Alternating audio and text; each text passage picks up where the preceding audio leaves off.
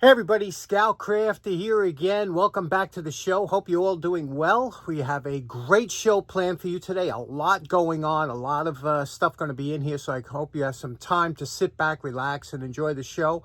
First thing I want to say, last episode we just repurposed a tool into a knife, and what I thought was a homemade knife blank turned out to be an actual chisel called a plugging or plug chisel used in the masonry field, and a lot of you told me about it as soon as I posted. A lot of you recognized it. I never knew that tool existed, but I do now, and it is a popular tool.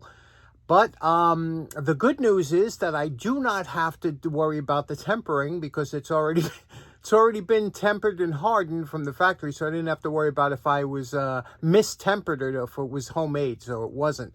So thanks very much for letting me know about that. Secondly, Resto Rob, our good buddy Resto Rob, is having a challenge, a patriotic clamp challenge, but I'm sure you can do any tool in patriotic colors, but this challenge is going on for this month. It's always a lot of fun. In fact, this challenge is what got our buddy John Fix into restoring tools. So if you're on the fence about doing it, it's a lot of fun. Just pick up a clamp, an old C clamp, and spray it up in the colors of your particular country, and it's just a patriotic clamp. It's so nice. I have a bunch. We'll talk more about that later. Next up, I last week was the Long Island tool meet, and I only bought one tool. Can you imagine that? However, a lot of people brought some great stuff down for the show and for me. So let's get started right away. First of all, let me show you real quick what the show looked like, and then show you some of the stuff that we got. Fantastic stuff. You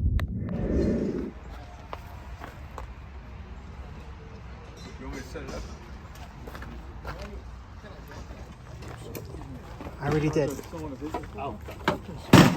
I already did. You got the bolt that goes to it? It'll be a good anvil, right? Dollar table. You can always tell when the dollar table is out because there's blood in the water. You could order it at the end of this old house that advertised. I was gonna bring They had another. landscaping cabinetry. They had all of that stuff. I'm bringing so much shit around.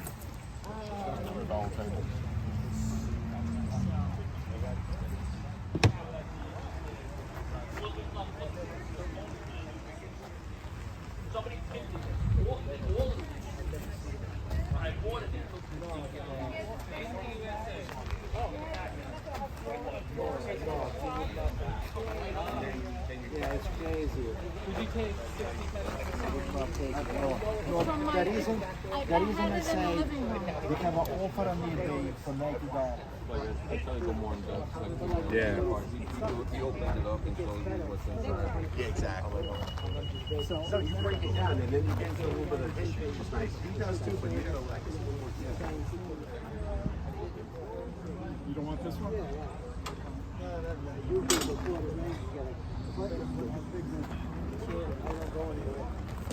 They go, they're moving. 25 on this? Good, the small one. I took it away. You don't want me to go off. And I got one for you, John. See if anybody. Not officially, but I have a workshop.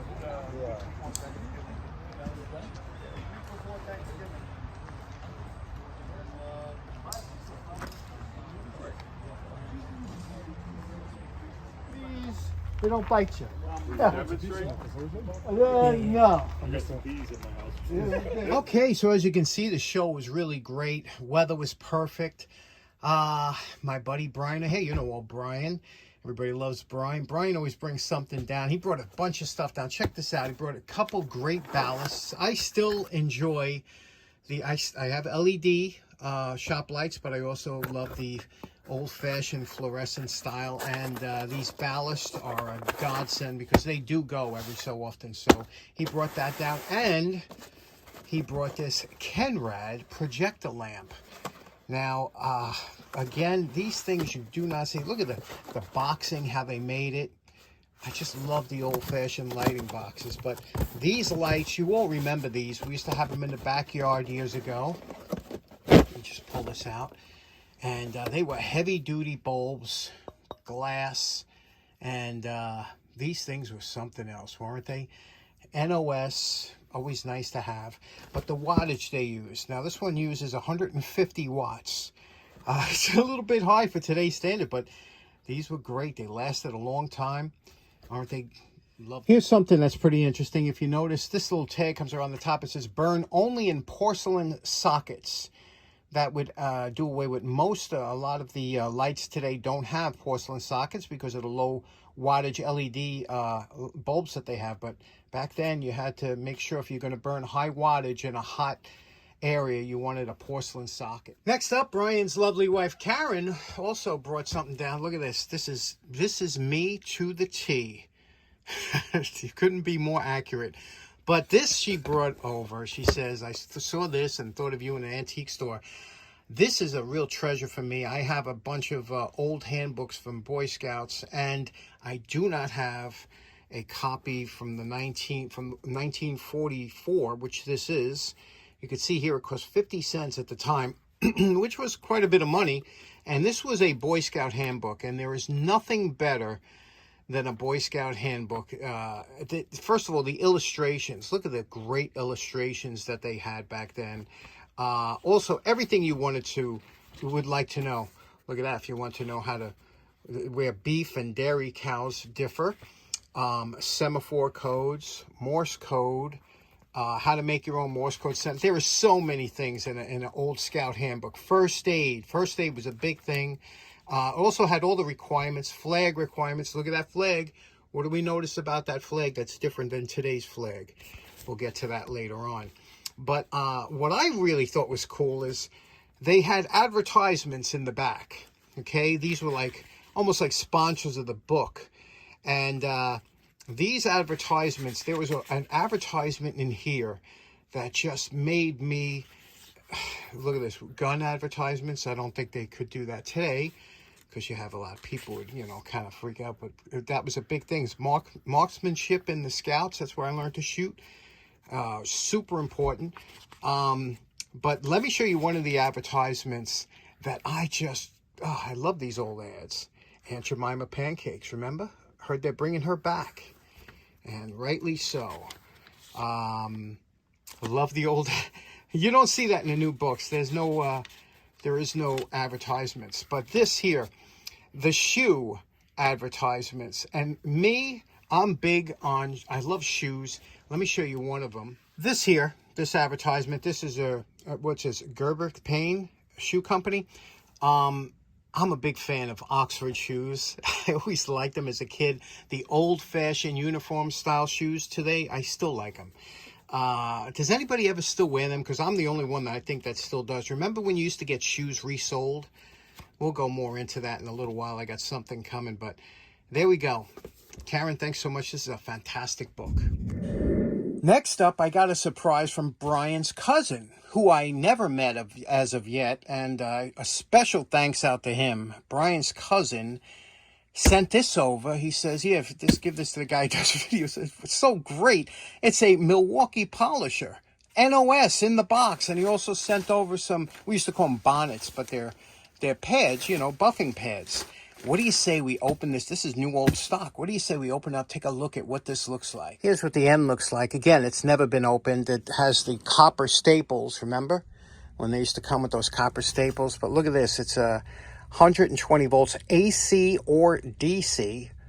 RPM 2800. And it's made in the USA. So I don't know if they're made in the USA anymore. But what do you say we open this up? Okay, here we go. Here's the contents. Look at this. Satisfaction guaranteed. If you got 30 days. I don't think the 30 days, I think it's kind of expired, but here we go. We have a bushing, it looks like. We have the rubber pad, and look at this. From the rubber, tends to get that little film on it when it sits for a while, but that's good. And let's take this, open this up and see what we have here. Wow. Look at that. Ah, is that not beautiful? Now, for those of you who've never used a buffer before, this thing is just a fantastic tool. My father was an expert with the buffer, and he taught me how to use it because I burned through paint. And some of you guys are laughing out there. If you don't know what you're doing, this can do a lot of damage. But when in the hands of somebody that knows what they're doing, you could cut your time.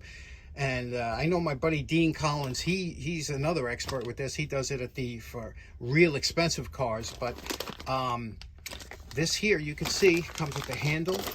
And look at this. What do you say we plug this in, see how it sounds? It's always nice to see a brand new NOS tool, right? Now for the pad, this is a hook and loop attachment. You can see here, this is the loop, and then you would get this pad that ties around here, and it's got the hook on here, and you could just pop it on and it'll stay on. I don't have that. I'm going to get that attachment so that you could peel it off real quick and easy. Let's see what it sounds like now. Hold on. Let's turn. It's plugged in.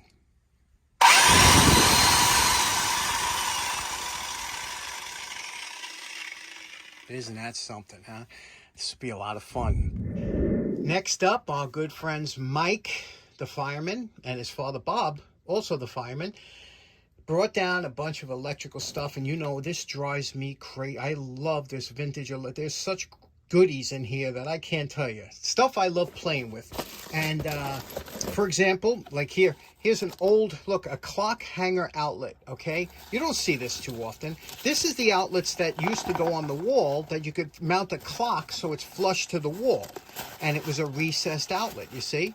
And it was just meant for clocks. Where else would you find something like that, right? Then we have like an old, this is a Leviton, okay? They were over here in Brooklyn, New York. And check this out. This is a double switch that would go into a regular outlet plate. And you had a double, this is Bakelite. So again, all great stuff. But here, this is something really interesting. I love the switches, but listen to this. Hear how loud that is? If you went into a room and somebody was sleeping, you flipped that switch, it would wake them up. So a big thing they did years ago, they came out with what's called the silent switch, which we take for granted now because they're all silent, most of them. This here was a silent switch, Bakelite housing. You hear it? Nothing. But let me show you what's so interesting about this switch. Okay, so this is what I find so interesting. Now, here's the switch, okay? Now, I wouldn't do this at home unless you're comfortable with playing with electricity, but I love it. So, here we go. This is the switch, and this is indeed a mercury switch. Now, silent switches, like I said, were really a big innovation because they used to make that loud clack and wake people up in the middle. So here you go. You listen to it. It's whisper quiet. You hear it? There's the switch. We have current, off, on. You don't hear a thing, right? But there's a mercury tube in there, and watch what happens when I tilt the switch. You see? So all it's doing, it's got a mercury, a vial of mercury in there, and it's making contact when you tilt it. So this is the same thing the way the old trunk lights used to work years ago when you had a car. It had a mercury switch. But isn't that interesting? Mercury switch. So I always love these things. And here's another style of silent switch. You could see, quiet. And this was removed. So somebody that took this out knew why they took it out, because these, they didn't go bad, but sometimes they were replaced for one reason or another. So a lot of electricians kept these. Very interesting. Mike, thanks so much. Next up, my buddy Richie Kemp brought this down for me. He says, do you know what this is? And because I've been doing this for my whole life in my house, I happen to know what it is. Some of you will have no idea. You look like some kind of washers, right? Cupped washers, which they are. But what these are washers that would go in. This is here. This is a stem for a water valve, okay? And what happens is, a lot of times these rubber, you replace, this is the washer in here, the rubber washer, but this backing washer, this cupped, flared washer, sometimes would get flared out, and they would wear out the rubber would get squished, so sometimes you'd have to replace them. And this is a replacement kit, which I've never seen before. In fact, I've never really seen too many people replace these, but if you cronk down on your old-fashioned faucets, they can, it's meant to wear out before the other parts do, and they will bend open, and then once they flare out, you'll go through washers like crazy. So this is a great thing for me. Richie has put all new plumbing in his house, but me, I still have all the old stuff. So Rich, thanks for that's a great. Next up, my buddy Bruce Groton. He does a lot of tag sales and everything out in the island where he lives, and he brings me, whenever he finds some interesting bulbs, he brings me. And I might be the only bulb geek out there, but I find these things so amazing, especially some of these transitional bulbs when they were just before they went to LEDs and stuff like this one here. This is a Philips Flood, but you could see here, again, this is all glass, heavy, made to last outside. This here is a halogen bulb, and you can see the halogen used less electricity, not much less. 35 watts was equivalent to a 50-watt bulb. Show you what that looks like. And then they had these. These were another transitional one. This was the compact fluorescence, the squirrely ones. And they put them into this housing to give it a little bit more projection forward. Let me show you what that looks like. That's very interesting. Also, Bruce had some wire nuts in here. Look, these are some pretty big wire nuts, huh? Look at that. That's some big wire nuts right there. But what also he gave, check this out. We're going to work on this. This is a beautiful little bicycle wrench, right? Look at this. Let's take a closer look at this. Now, these are the only two tools that I came home from the meet with, and they were both gifts from Bruce. And you can see this one here is a beautiful pair of Utica slip joint pliers. Unusual. You don't usually see this type. So I grabbed them. I thought they were just beautiful, even though no embellishments, but it does have the screwdriver on one end. Very nice. And then this here, we all like bicycle wrenches, right? Let's do a quick cleanup on this. This one here is so unusual. The problem is you could see the way it closes. It's got a little bit of a kickback to it. So let's take it apart and see what's going on. Okay, we did a quick cleanup on the wire brush. Got everything just cleaned up here. Now, I'm not going to take it to the next step until I know if this is a rare wrench or not. Again, we don't mess with rare or collectible tools here. We don't overdo it. But you could see here there is a bend. Now, I could see it by eye, but you see this? The shaft here is bent back a little bit. And you can, if you have trouble seeing it by eye, you just take a square block, push down on the jaw here, and see if there's any kick away. And you can see here by the light. See the light behind? You can see that it's definitely bent, and that comes from over torquing it because it's a small wrench. Now, what you want to do is this part is straight from here to here is straight. You basically want to hold it here and bend this part back. So let's do that. Okay, now to straighten this out, basically I clamped this part, the straight part, in a vise with the head sticking up, and then I took a pair of water pump pliers and I grabbed the back of one end like this and the front with the other. You see that? And you can get it really nice if you just work it a little bit here. So just like that, okay? And then you torque it and it pulls it back the way it should be. And what you're doing is you're pushing down on this end, pulling up on this end, and it takes that bend right out there. Let's see what we got. Look at that. Remember? Look at that, how square that is now. That's just what we want. Let's put it back together. Okay, we're calling this project done now. Again, my hands are tied with this wrench because I don't know if it's a rare wrench or anything. So I'm kind of bound to just doing a cleanup, not changing anything. But you can see what we did here. We made it nice. Got rid of a lot of the dents, all the rust. It operates absolutely beautiful now. Super smooth.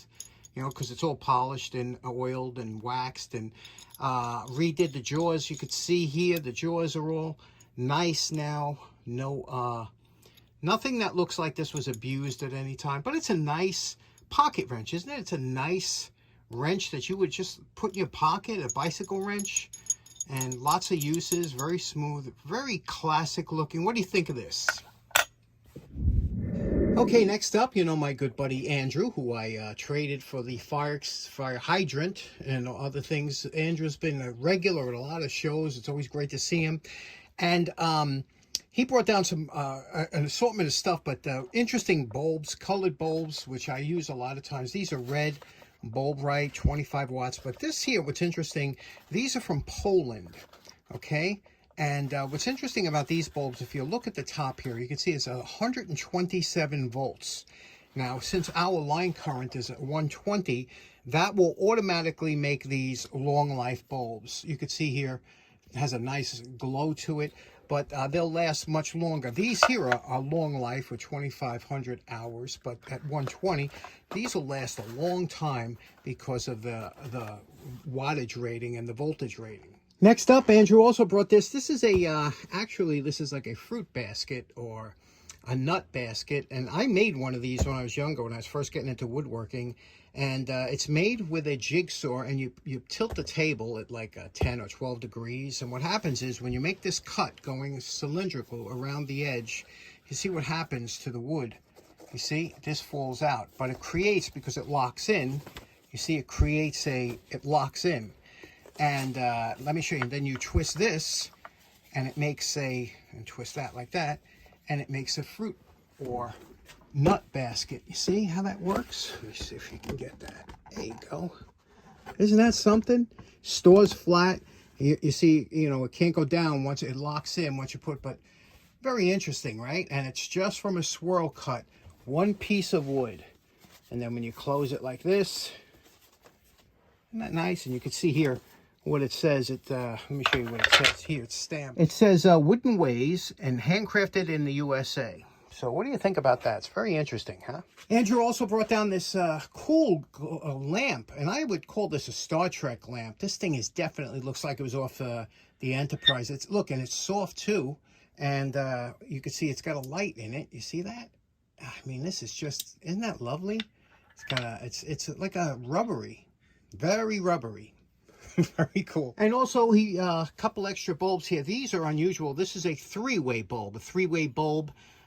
You screw it in, and there's a special socket, and you could see there's two contacts here. This is the one contact's here, one contact's here. And depending on how you turn the switch, you can get one of three brightness levels. You can see you can get 100 watts, 200 watts, or 300 watts. And again, this is a mogul base. You don't usually see these anymore. They used to be quite popular. This I thought was interesting because this is a 300 watt bulb, 200 watt Westinghouse. Can you see that? And I want you to look at the filament. You can see the filament is broken. You see it? It's not making contact. So if you plug this in, nothing's going to happen. But I'm going to show you how many. I had a lamp that I had for years, broken. You know, it wasn't burnt out like this, but I used it for years, and I'll show you how. Just by tilting it one way and getting that filament to touch the other post inside of there. Let me show you what I mean. Okay, we're plugged in right now, but you can see it's not lighting up because that filament's not touching. But if you flip it around, if I turn this bulb and tilt it until that filament makes contact, watch what happens. You just got to tilt it until it makes contact. Sometimes you have to tap it a little bit until you get contact. Now, once you have contact, that bulb, it's like the electricity acts as almost like a magnet. It's not going to fall apart then. You could tap it again. As long as this is lit up, it'll stay lit. But once you turn the power off, once I unplug it, all bets are off. Let me unplug it here. There you go. Now, it's touching, but once it cools down, it will probably fall free or something again. So that's, if you could do that with clear bulbs. If you have a clear bulb and you see the filament just dangling, just tilt it until it locks up and you'll get more life out of it. That's for the frugal guys out there. I always found that cool as a kid. Last up, Andrew brought a couple of flags, knowing that I'm a collector, and I have a nice collection of old, vintage, new, big, small flags, and American flags, that is. And what's interesting about these, if you look at these are usually funeral flags. They're usually a cotton material and embroidered. And even this one here comes in a case, and you can see on the back here it says C.C. Shepherd Funeral Service. And these are usually given to placed on the casket of veterans and then given to the next of kin after the funeral. What's interesting about these flags, can you see what's interesting? When the stars line up like this, you know what that means, right? It means it's a 48-star flag. And 48-star flag was in service from 1912 to 1959. In 1959, Alaska joined the Union, and then we went to 49 stars. For a year, there was a 49-star flag. I don't even have one of those, but they're kind of rare. You don't see them too much. But then in 1960, when Hawaii joined the Union, on the 4th of July, we adopted the 50-star flag that we still have today. But aren't they beautiful? And I'm going to be doing a flag video one day. When we get back to 3 videos a week, I got a nice flag video planned. Last up, it was so nice that I was able to make contact with Nick Zakari and his lovely wife at the show. Just fantastic people. Nick brought down a couple items. He enjoys the show, him and his wife. And first he brought down this cool stainless steel bolt, a big bolt, right? And what's interesting about this is that he's had this in his possession for 50 years. So it just goes to show you, it's so nice, right? Stainless steel. What a beautiful bolt this is. Also, he brought down something that blew me away. And again, I know we're talking about a lot of light bulbs, but you show me a better invention than the light bulb, okay? And I'll put it on the channel. But this was given to his by a friend of his by the name of Bob Goldman. And it was his friend's mom was a stage actress, and this came off of a stage light. Now, this is the most powerful bulb. I have bigger bulbs, but they're usually like 1,500 watts. This thing is 3,000 watts. Let's take a look at the light, the imprint on top. You can just make it out there. You see it says Spotlight, Westinghouse. There's the Westinghouse insignia. Then it says 3,000 watt, 120 volt. And it says burn base up. Okay, can you see that? So that means when you are lighting this, this is the base of the bulb here. Oops. This is the base of the bulb here. So you want this up when you're burning this, because it's the way the glass envelope is designed that it don't overheat. Those are the filaments. Now, you saw that filament before when we tapped it and stuff, but these are super hard film. But basically, the old bulbs, all they were filaments that would heat up. So I don't see any loose filaments. I'm kind of thinking this is going to work. So what we got to do is we got to clip in. I can't plug this in just like this, because if I do, it's 3,000 watts, which is like 21 amps, and it'll blow my circuit. I don't have that down here. So what I'm going to do is hook up the Variac. We'll bring up some voltage, and we'll just see what this looks like if we can get these filaments to glow. It doesn't matter anyway. You wouldn't see how bright it is because of the auto dimming of the camera, but what a great bulb, huh? Let's get this bad boy fired up. Okay, we have the Variac hooked up along with some other items here, things to measure the amperage. So let's turn on, the Variac is on. Let's go bypass here. Now watch, these are the filaments here. I'm going to increase the, the voltage on the Variac, okay? We're coming up a little bit.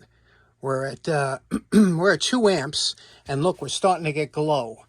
Can you see the glow there? Look at that. And that's at about 15 volts, 20 volts. Turn up a little bit more. Okay, now we're at not even 3 amps, and look at the brightness we're getting. Okay, now this is going to get hot real quick, so I don't want to keep it on too much. There's 40. Okay, now this is getting really bright. I mean, it's so bright here. And I'm at 5.5 amps. Okay, let's bring it up a little bit more. Okay, starting to hum. Okay, that's about as bright as I can look at. That's about 7.5 amps. This thing is super bright, but again, the auto darkening will cut down. So let's bring it down again. Okay, I'm going to shut this off. Now, look at those filaments cooling down. Now, that's why this bulb has to be up there. See that screening? That's all for dissipating some extra heat, okay? And that's why the filaments are down here. You get all that added area.